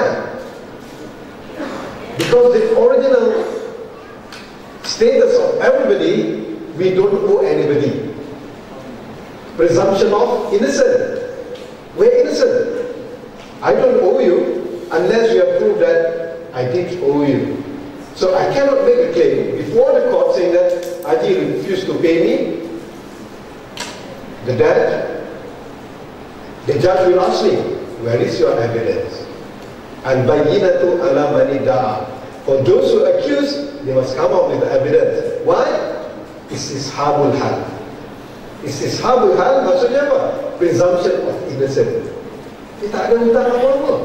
I don't owe you, you don't owe me, because that's the original situation of it. Yes? So, does that mean istishab is same as al-yakin la yazul? Yeah. Al-yakin la yazul bishak is a maxim which is derived from istishab. It's not derived by its own, but it derived from the idea of istishab. Okay. Another example. I accuse this brother, because you asked me just now, I accuse him of, contoh this is just an example, stealing money. Stealing money from a company called 2MDS. I don't know what it means, but it sounds good. 2MDS. Okay. And this guy said, how come? You must come up with evidence. You must give me proof. He said, we have a proof. Well, we have evidence. Wow, they were gelentar dah takut. What is our evidence? Ahmad told me that you stole that money. Wow, lebih sikit. Then you stole that evidence. Not even the witness. Yeah, even if he said, accuse me of that, he should come up with evidence. Why? Al-aslu bara'atul dhimma. Presumption of innocence. We cannot just simply accuse others of doing things because al-aslu bara'atul dhimma. Presumption of innocence. Maksudnya orang ni, hukum asalnya dia tidak masalah until he is proven guilty. How is proven guilty? With evidence or witnesses. And even witnesses, evidence is one thing. Witnesses and evidence must be beyond reasonable doubt. That is why, this is a famous story, but some say it's not a true story. But anyway, we're not looking at how the muhaddithin look at it. We just depend on, a popular story about Sayyidina Ali. Sayyidina Ali, when he lost his armor, and then he found it in the hand of a Jew. So he brought that Jew before Suraj al-Qadi, the very famous judge amongst Tabi'in. Even the Sahaba went to him for his judgment, and he judged without fear and favor. So they went to this Qadi, and he was the Amirul Mu'minin, the Khalifa of that time. Khalifa brought somebody before the Hakim, before the judge. Definitely the judge akan for the favor of Khalifa. Kalau tidak nanti, you won't be appointed as AG anymore. Sorry, you won't be appointed as judge. Tertua kan? Tak IIG he would be appointed as a judge. So, but this Suraj Al-Qadi is very different because he knows that there are three types of judges. Three types of judges, and two are going to hellfire, and only one will survive. So he doesn't want to be those two, he wants to be the one who's going to heaven. So he asked Sayyidina Ali, do you have any proof? Do you have any serial number at your armor? Yeah, just like just like all the expensive watch, they have their serial number or whatever. Do you have serial number? No, it's just my word. Do you have any proof or evidence? No, I don't have, except for my two sons. And Suraj Al-Qadi did not accept the two sons to be witnesses. You can conspire with them. And your witnesses is not beyond reasonable doubt. I can doubt. You must bring witnesses which I cannot doubt. Yeah. Do you have any? Or do you have any evidence? I don't have. Okay, al-aslu bara'at al-dhimma. It's ishabul hal. The original hukum, the presumption of innocence. Yeah. In this case, this Yahudi, Jew, la'natullah, yeah. They don't normally, Muslims nowadays, they heard about Yahudi, la'natullah alayhi. Hey, come on. Muhammad Asad was a Jew. Muhammad Asad, a lot of Muslim thinkers, they were Jew and converted to Islam. Tapi orang kita, they got confused between Jewish and Zionist. Wow, ini is a Jew, is a non-Muslim, and before, and this is Khalifa, Imamul Amirul Mu'minin. But that judge is not in favor of the Khalifa. And the name of justice is not favor, is giving the justice to that Jew because there's no evidence. And based on the idea of istishab, based on the idea of bara'atul dhimma. Tapi nowadays in Malaysia, we cannot apply this. Because when they come, anybody, Malay ke Bumi Putra ke tidak kan? Bumi Putra, okay. Non-Bumi Putra, something wrong about me. Am I right? Yes. Sometimes, not all the time. Sometimes. Okay, so tolong, kalau tak tolong orang kita, siapa nak tolong lagi? Kan normally our argument that's very asabiyah. That Rasulullah against it. Yeah. Asabiyah apa? You're helping your kaum, you're helping your tribe, you're helping your race in doing evil. This is prohibited. Rasulullah condemned that very much. So this guy, Suraj Al-Qadi, does not have asabiyah. For him, justice is blind. You don't have evidence, so the judgment is with that Jewish guy. Presumption of innocence. Okay. So this is istishab. Okay. What other example? Okay. Another example is the other day I went talking about an example about foods. About foods. You know, when it comes to foods, when it comes to clothing, the original hukum of everything is halal.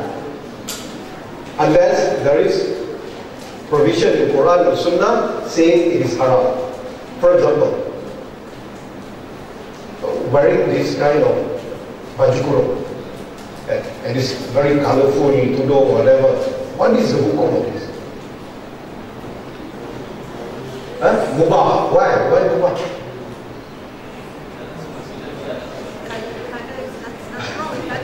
Nothing wrong with color. Yeah. Because there's no provision in Quran and Hadith saying it's haram. There's no prohibition in Quran and Sunnah saying it's haram. If there is a prohibition, then it's become haram. Yeah. Because there's no prohibition in Quran or Sunnah, then it's halal. The same thing. You go to, for example, Sudan, they're wearing different kind of dress. You go to China, they're wearing different kind of dress. As long as they are covering awrah, then it's halal. The other day we were talking about, but if it doesn't cover awrah, then it's haram. Or if you're wearing something which is different from the rest of community and it attracts attention, which is known, Rasulullah called it libas shuhra. Now Rasulullah libas syurah. Rasulullah prohibited us from wearing something that will attract attention. Kan? Contohnya apa? I'm giving an example, you know, but nowadays in a globalized world it's okay. You can wear anything you want.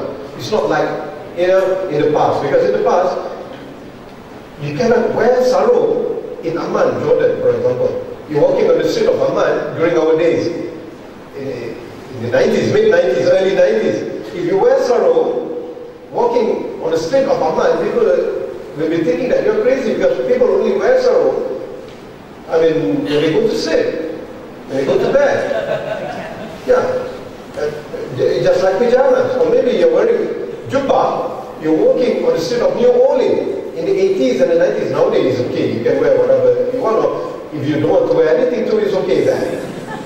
But if you're wearing jubbah or disguise on the street of New Orleans or New York or Manhattan, then people will look at you, oh, what are you? I still remember when even my Russian friends, it was early 90s, I always wear jubbah then. So, I mean for them it's weird. They say, hey, you're Malaysian, why should you wear jubbah? And then when he became Salafi, he wearing more jubbah than me. So wearing something which is awkward from community, which is considered as libas syurah, is considered as, you know, makruh. I'm not saying it's haram, though Rasulullah prohibited, but you cannot easily say things haram. Just like that Pokemon Go thing, I mean, it's wrong to say, oh, it's haram, because the original hukum for it, it's mubah. If you just play without, without going to the drain or to the river or without crushing the car or whatever, I don't think it's wrong.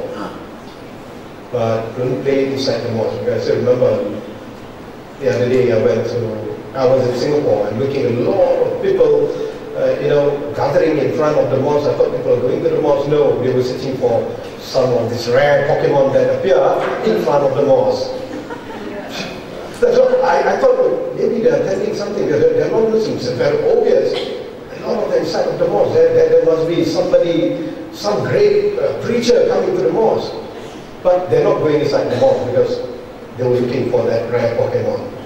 And I'm sure it's not inside the mosque, somewhere around it. But we cannot say it's haram. At least we could say it's makruh or discouraged, or those kind of things. So, this is ishab and okay. Previously, men are prohibited from wearing all red. Yeah. I still remember that hadith is a sahih hadith, and I still remember when we were studying Zadul Ma'ad by Ibn Qayyim Jawziyah about Kitab al-Libas, about the chapter of clothes, and we got through that hadith, and I asked my shaykh, I was wearing that, red dress, red kurta. Kurta, it was red. So it's very obvious. From 10 miles people can see me from afar. Because the kurta is red in color. I asked Mr. Sheikh, I'm wearing red. This hadith is saying that Rasulullah prohibited his companions from wearing red. Is it haram? He said, no. It's discouraged. Rasulullah doesn't like it, but it doesn't mean that it's haram. But in certain community, he said, in certain community, when red becomes the official color, China, red, yellow, yellow, this yellow color actually is originated from China. It's Chinese stuff.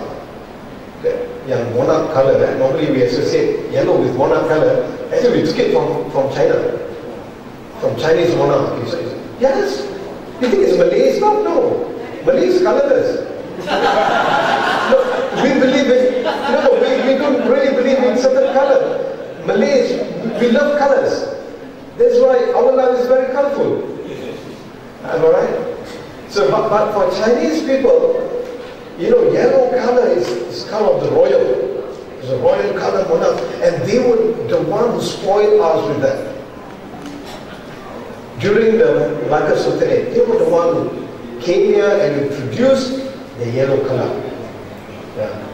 And one good thing about Chinese, they were the one who taught us how to build mosques. Mosque, masjid, masjid. And a lot of mosques, the old ones, we don't have them anymore. But in Indonesia, we still have them. It was the Chinese who built mosques for us in the Malay archipelago. The yellow color, the same thing. And there is a hadith, Rasulullah hates yellow colors. Yeah.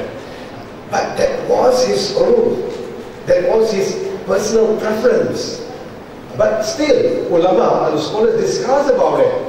But if you live in a community which wearing red is something is being loathed, something that people hate, don't wear it. Al-Ada Muhakkama, custom will determine the hukum. Yeah? Or maybe wearing certain other kind of, or for example, in certain places in Gulf country, then, not now, then, you're wearing striking, I mean for women are prohibited from wearing striking colors and all these colorful, flowery things, or men. In some society, when a man wearing colorful or, you know,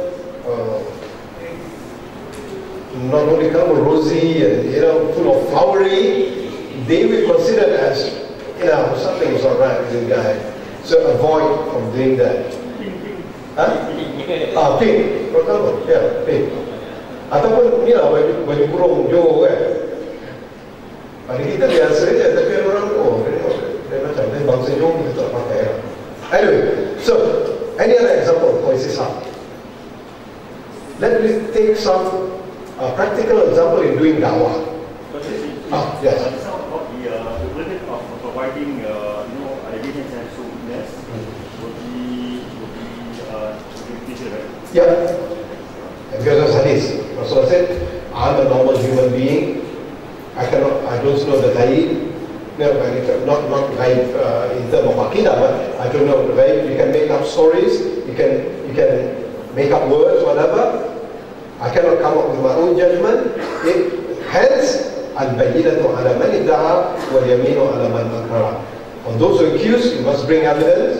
You must bring proof. The burden of proof is on is your responsibility, and for those who are going to deny, you need to deny with al-yamin, with oath. Okay, so that's how you say it. Yes? Will you elaborate, we have the 4 categories of Ishtishaq and God? Yes, we have gone through all 4, with all the examples.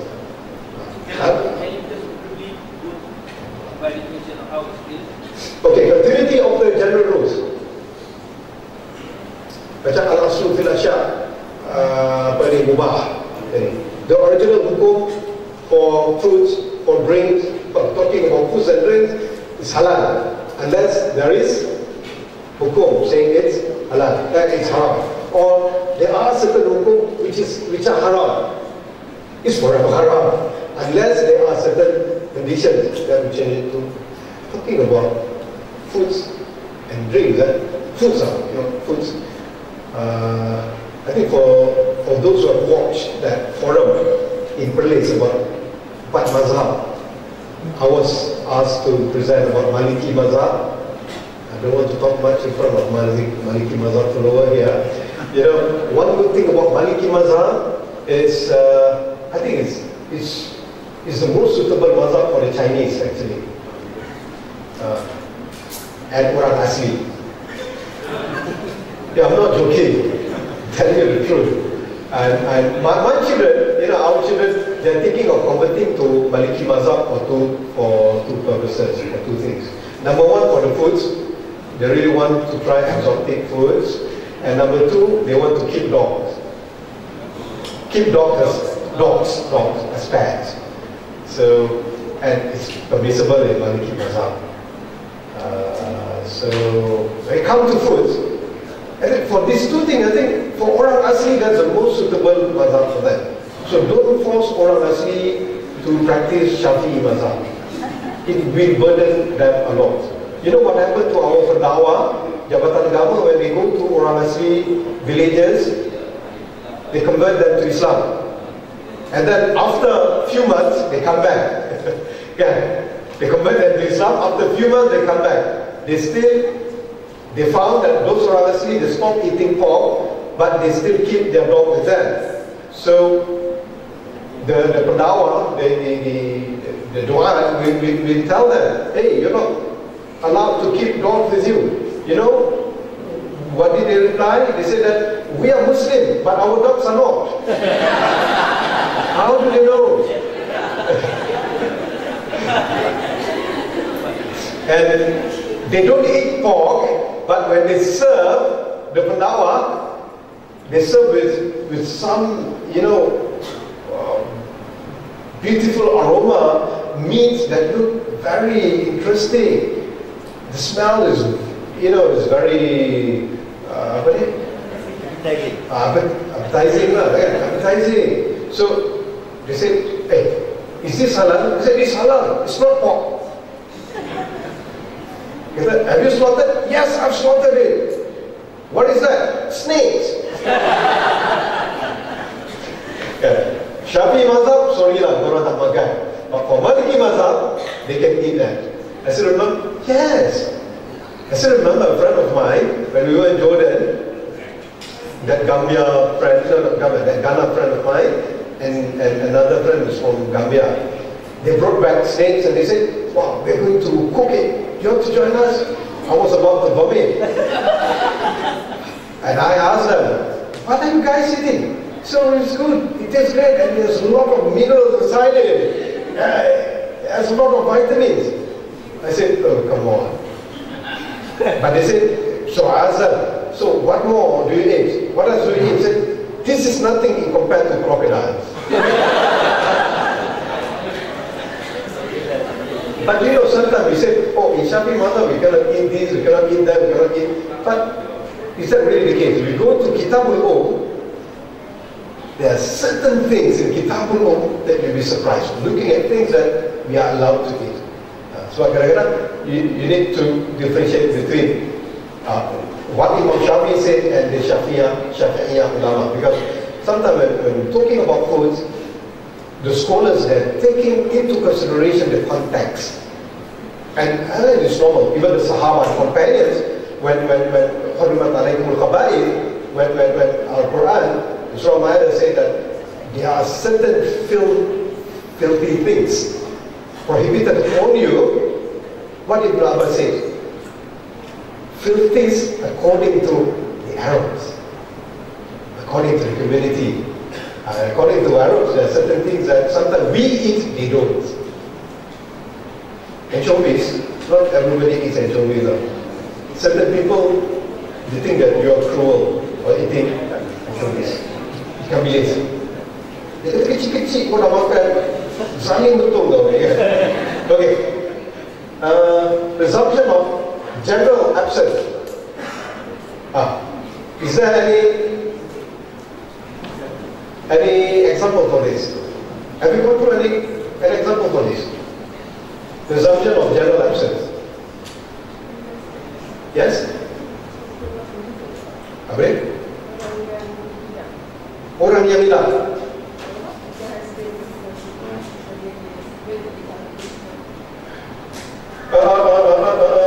Okay, begini. Dia kembali kepada hukum yang yakin dari. That actually goes back to the absence of hukum, bukan absence of individual. Right? The example of you don't have wudu, kan? Absence. Okay, general hukum, presumption of general presence is already there. The continuity of the presence. And the continuity of attributes is hardul hal. Tapi, you know, I think, yeah, 2 minutes, okay. I think this is not confusing. The most important thing, you just remember the basic idea of it and examples of it. And sometimes people would ask, hey, where all this thing comes from? Actually, it comes from the hadith. And also the Quran sometimes, and how the scholars understand the hadith of the Quran. Okay. Any question? Any practical examples you could relate to dawah? Because I think most of you guys are doing dawah. Yes, brother. Yes, please. Mike. You can shout.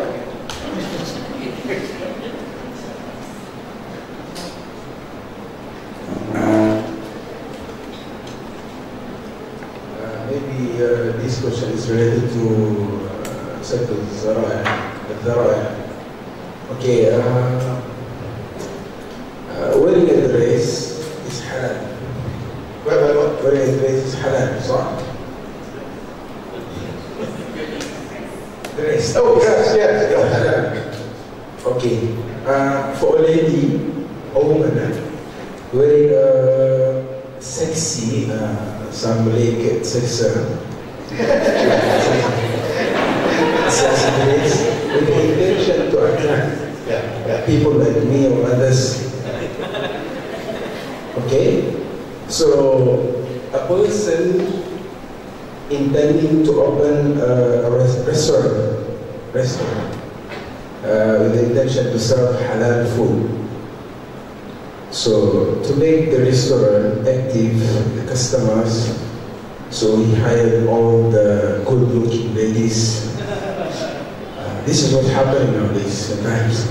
Some people, good-looking ladies, and then he had prepared for them a very attractive uniform, that restaurant. So with the intention to attract people. So what does Sharia say? The restaurant selling halal food. Yes, but the intention. Al-wasila, that is dengan al-wasila. Okay. You know one thing, sometimes when it comes to hukum, don't be like the literalists. Normally for them, even tiny things would cause everything haram. One good thing about the usuliyin, or the scholars of usul al-fiqh, scholars of fiqh, when they look at things, they try to treat them, let me say, in details. They're very cautious not to generalize things, not to generalize any hukum, or not to associate, not to doing unjust to certain things that is not related to things that is not necessarily has any relation to it. Okay, go straight to the point. Okay, here the business is okay. I mean, the restaurant is okay. Selling halal foods, alhamdulillah, is continue halal. As long as halal is halal. Now hiring women wearing sexy dress. Okay, the question is, what do you mean by sexy? Not covering aura? Okay, sexy. Is there any sexy dress while covering aura? That doesn't sound sexy. Huh? Oh, very fit, yeah. It's a fit dress and it's not covering aura. Not covering.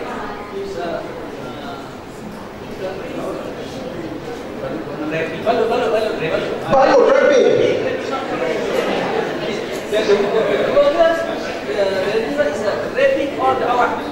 No, the word aura itself it's istilaf shari. It's a very technical word.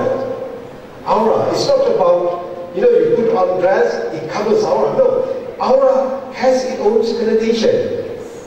Where what is the word used? It's not chastity, but the modesty. Yes, yeah, modesty must be there. It's part of aura. Some people, although macam dia pakai latex, kan, pakai latex dress, it's wrapping part of the body. That's not covering aura. Macam pakai swimming suit. It depends which swimming suit. Kalau burkini, actually it still preserves some kind of modesty. Swimming time. Swimming time. Oh yeah, swimming time. Yeah, it's wrapping some part of the body, but it's not covering aura. Because the word aura itself is a technical meaning. Yeah? Yeah. It's not part of body. Yes? What if the woman is wearing cheongsam? Wearing the cheongsam? Wow. Does it covering aura? Okay, if the cheongsam is loose, and the cheongsam really cover that part of aura, and she's wearing hijab, so that is a halal cheongsam, Sharia compliant. But if she's wearing the conventional cheongsam, yes, that is not Sharia compliant. Okay, coming back to your question about that restaurant. So it has to do with the dress. It has nothing to do with the food, nothing to do with the business, nothing to do with the restaurant. Okay. The intention, he will be judged by his intention. But on top of that, actually I'm not really happy, not with the dress, not with the sexy, but the exploitation of women. It's very unfortunate. Nowadays it's not only restaurant. You see, selling Magnum ice cream, but with a picture of women licking it with certain gesture. I just couldn't relate. Magnum. Kids like Magnum. Why you put women? That's number one. Sometimes you're selling cars and you put women wearing sexy dress, leaning on it. What it has to do? Exploitation of women. But sometimes women are happy to be exploited. not all women. Not all women. Sorry, I'm overgeneralizing. Yeah. I mean, where you draw the line? When let's say a woman, right, they're riding a motorcycle. The people is body shape. Where you draw the line? There are certain things beyond our control. Beyond our control, Allah akan maafkan. Umum balwa in fiqh, in usul al-fiqh, we have what is called umum balwa. Things that beyond our control, things that, how we translate umum al-balwa in English? Yeah?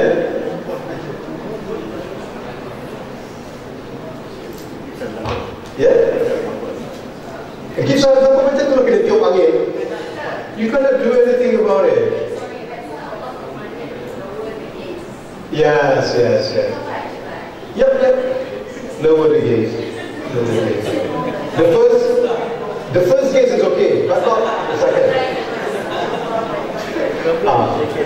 Yes? But the first gaze, very long gaze is problem. The first gaze, but the long gaze.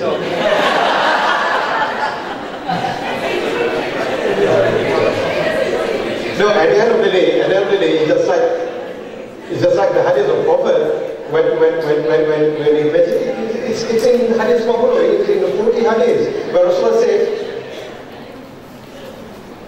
the simple things is the one that you feel what? Not shame. The one that you feel inside your heart what? Guilty. Mahaka fi sadrika. The one you feel guilty of doing it, walau yuftika muftun. Even if you get all the muftis telling you it's halal. You know it's haram. So the long is, you just need to ask, if it's something qalbat, you need to ask your heart. I think it's okay. Thank you very much, and terribly sorry to worry you guys, and I hope you did learn something. Okay. Alhamdulillah Rabbil Alamin. Subhanakallahumma bihamdika, asyhadu an la ilaha illa anta, astaghfiruka wa atubu ilaik. Assalamualaikum warahmatullahi wabarakatuh.